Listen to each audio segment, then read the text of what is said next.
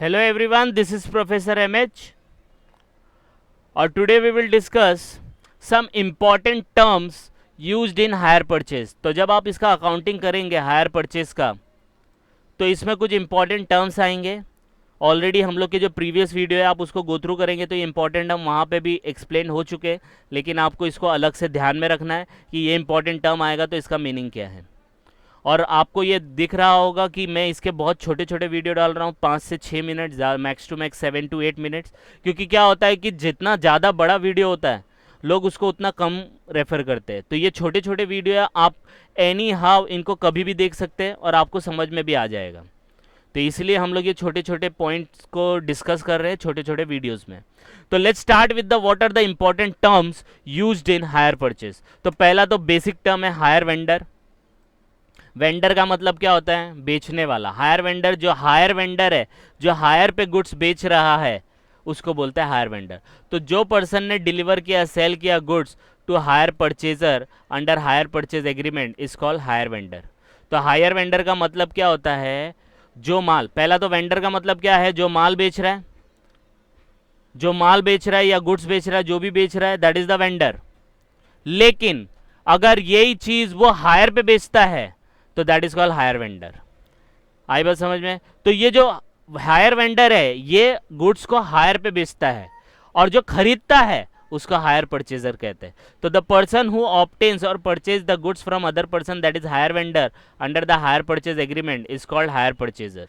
तो दो ही party involve होती है इसके अंदर. एक हायर वेंडर होता है, हायर परचेजर होता है. वेंडर बेचने वाला, परचेजर खरीदने वाला.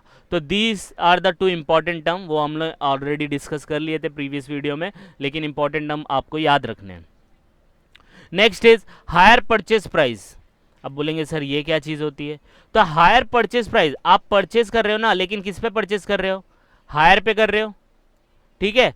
अब प्राइस, इसका प्राइस क्या होगा?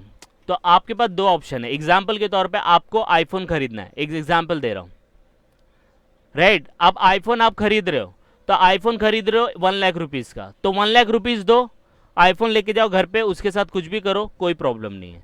That is the purchase and sale, right. तो वो जो प्राइस होगा, 1 लाख रुपया दिया और आईफोन खरीद लिया, that is the cash price. लेकिन अगर आपने आईफोन ईएमआई पे लिया तो आपने 20,000 भरा और 80,000 आप 6 इंस्टॉलमेंट में भरोगे या 10 इंस्टॉलमेंट में भरोगे या 12 इंस्टॉलमेंट में भरोगे, that is up to you. तो वो 80,000 जो है वो जो ईएमआई पे आप भरोगे तो उसके ऊपर इंटरेस्ट कैलकुलेट होगा. अब आप ये मत बोलना सर नो कॉस्ट ईएमआई भी आता है, हम यहाँ पे अज्यूम करेंगे इंटरेस्ट लग रहा है. आई बात समझ में? तो 80,000 पे जो भी है इंटरेस्ट भी भर रहे हो आप, तो इंटरेस्ट प्लस 1 लाख रुपया तो भरने ही वाले हो थोड़ा थोड़ा करके, प्लस इंटरेस्ट भी भरोगे. तो जो हायर परचेज अमाउंट होता है वो कैश प्राइस भी होता है, प्लस उसके ऊपर जो इंटरेस्ट कैलकुलेट होता है उन सब का टोटल होता है. तो इसलिए यहाँ पे दिया है कि जो हायर परचेज अमाउंट है it is nothing but all instalment का टोटल. तो जो इंस्टॉलमेंट आप भरोगे, राइट, जो इंस्टॉलमेंट आप भरोगे उस सब का टोटल.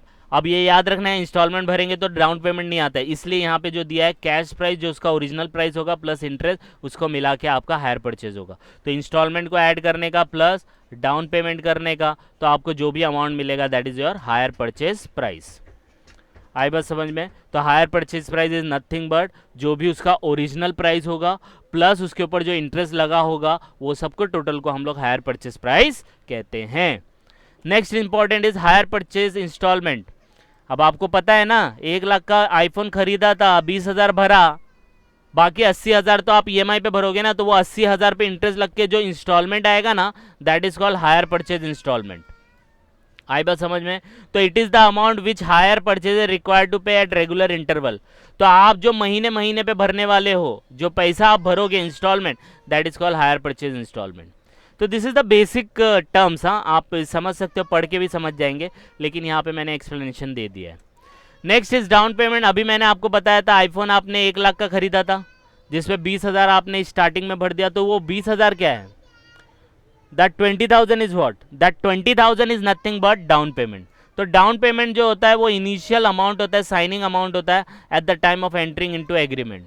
तो एग्रीमेंट होने से पहले जो पैसा स्टार्टिंग में भरा जाता है उसको डाउन पेमेंट कहा जाता है.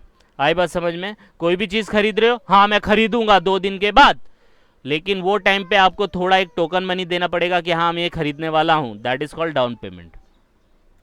Next one, cash price. Cash price is nothing but at a price goods are purchase outright in cash. अब ये क्या चीज़ होता है? तो कैश प्राइस अभी बताया था कि आईफोन खरीदना है, कैश में खरीद रहे हो, 1 लाख रुपया दो आईफोन लेके जाओ, that 1 lakh rupees is what? Cash price. लेकिन उसको आप ईएमआई में कन्वर्ट कर देते हो तो ईएमआई पे 1 लाख भरने को नहीं आएगा, ज़्यादा आएगा। तो ज़्यादा जो अमाउंट रहेगा ना total, that is called hire purchase price. लेकिन जो स्टार्टिंग में आप खरीदते हो सीधा कैश देके, जो अमाउंट होगा that is called cash price. तो ये कुछ इंपॉर्टेंट टर्म्स है जो आपके हायर परचेज में यूज़ होते हैं। आप इसको 1-2 बार गो थ्रू कर लो, समझ में आ जाएगा। जब अकाउंटिंग करेंगे, इसके प्रैक्टिकल क्वेश्चन करेंगे तो समझ में आ जाएगी। आई बात समझ में? तो this is all about the important terms. आप गो थ्रू करो, कुछ डाउट आएगा तो please comment, and please like and subscribe for more videos. Thank you.